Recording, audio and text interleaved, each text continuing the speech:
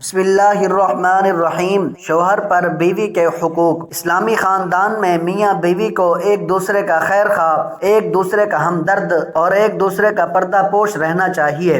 دونوں ایک دوسرے کے لیے چولی دامن کا ساتھ ہے، وہ اس کے لیے اوڑھنا بچھونا ہے اور یہ اس کے لیے اوڑھنا بچھونا۔ جس طرح لباس ایک دوسرے کے عوض کو چھپاتا ہے اور اس کے حسن و خوبی کو ابھارتا ہے، اسی طرح شوہر اور بیوی کا اخلاق کمال یہ ہے کہ ایک دوسرے کی کمزوری کو چھپائے، اس پر صبر کرے اور بہتر سے بہتر صورت میں اپنے باہمی تعلقات کو ظاہر کرے۔ نبی کریم صلی اللہ علیہ وسلم کا ارشاد ہے کہ میں تمہیں عورتوں کے ساتھ اچھے برتاؤ کی وصیت کرتا ہوں، تم میری اس وصیت کو قبول کرو۔ بے شک وہ ٹیڑھی پسلی سے پیدا کی گئی ہے اور پسلیوں میں سب سے زیادہ ٹیڑھا اوپر کا حصہ ہے، اگر تم اسے سیدھا کرو گے تو توڑ دو گے اور اگر اس کو چھوڑ دو تو یہ ٹیڑھا ہی رہے گا۔ اب ذکر کرتے ہیں کہ شوہر پر بیوی کے کون کون سے حقوق ہیں۔ نمبر 1، شوہر کو چاہیے کہ بیوی کا حق مہر ادا کرے اور شوہر کو حکم دیا گیا ہے کہ وہ خوش دلی سے ادا کیا کرے۔ نمبر 2، بیوی کی ضروریات کا پورا کرنا اور اسے خرچہ دینا بھی مرد کی ذمہ داری ہے۔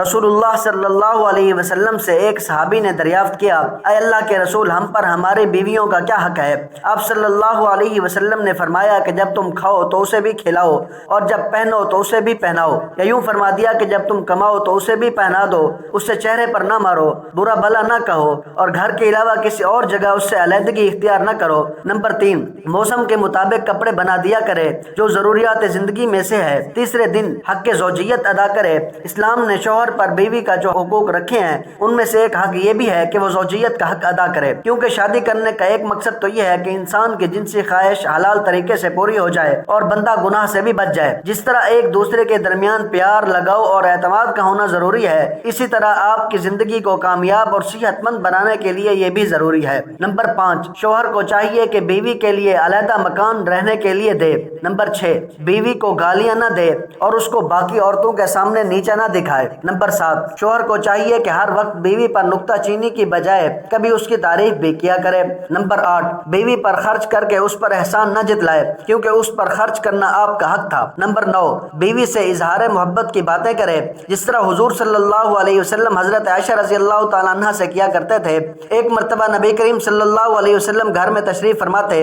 آپ صلی اللہ علیہ وسلم نے سیدہ عائشہ صدیقہ رضی اللہ تعالی عنہا سے فرمایا، تم مجھے مکھن اور چھوارے لا کر کھانے سے زیادہ محبوب ہو۔ آپ صلی اللہ علیہ وسلم حضرت عائشہ کو پیار سے حمیرہ کہا کرتے تھے۔ حمیرہ کا مطلب ہے لال، یعنی سرخ بالوں والی۔ حضرت عائشہ رضی اللہ تعالی عنہا مسکرا کر کہنے لگے، اے اللہ کے پیارے نبی صلی اللہ علیہ وسلم، مجھے آپ مکھن اور شہد ملا کر کھانے سے زیادہ محبوب ہیں۔ نبی کریم صلی اللہ علیہ وسلم نے مسکرا کر فرمایا، تیرا جواب میرے جواب سے زیادہ بہتر ہے۔ نبی کریم صلی اللہ علیہ وسلم کے دل میں جتنی خشیت الہی تھی اس کا تو ہم اندازہ ہی نہیں لگا سکتے، مگر آپ کا اپنے اہل خانہ سے مؤانست، پیار و محبت کا تعلق تھا، یہ چیز عین مطلوب ہے اور اللہ تعالیٰ بھی اس چیز کو پسند کرتے ہیں۔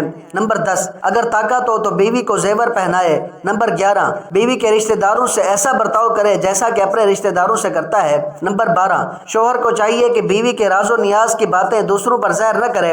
نبی کریم صلی اللہ علیہ وسلم نے فرمایا، قیامت کے دن بدترین شخص وہ ہوگا جو بیوی کے راز سے واقف ہو اور اس نے اسے ظاہر کر دیا۔ ہمارے نبی صلی اللہ علیہ وسلم نے فرمایا، تم میں سب سے اچھے اخلاق والا وہ ہے جس کے اخلاق بیوی کے ساتھ اچھے ہوں۔ اللہ پاک ہمیں عمل کرنے کی توفیق عطا فرمائے، آمین ثم آمین۔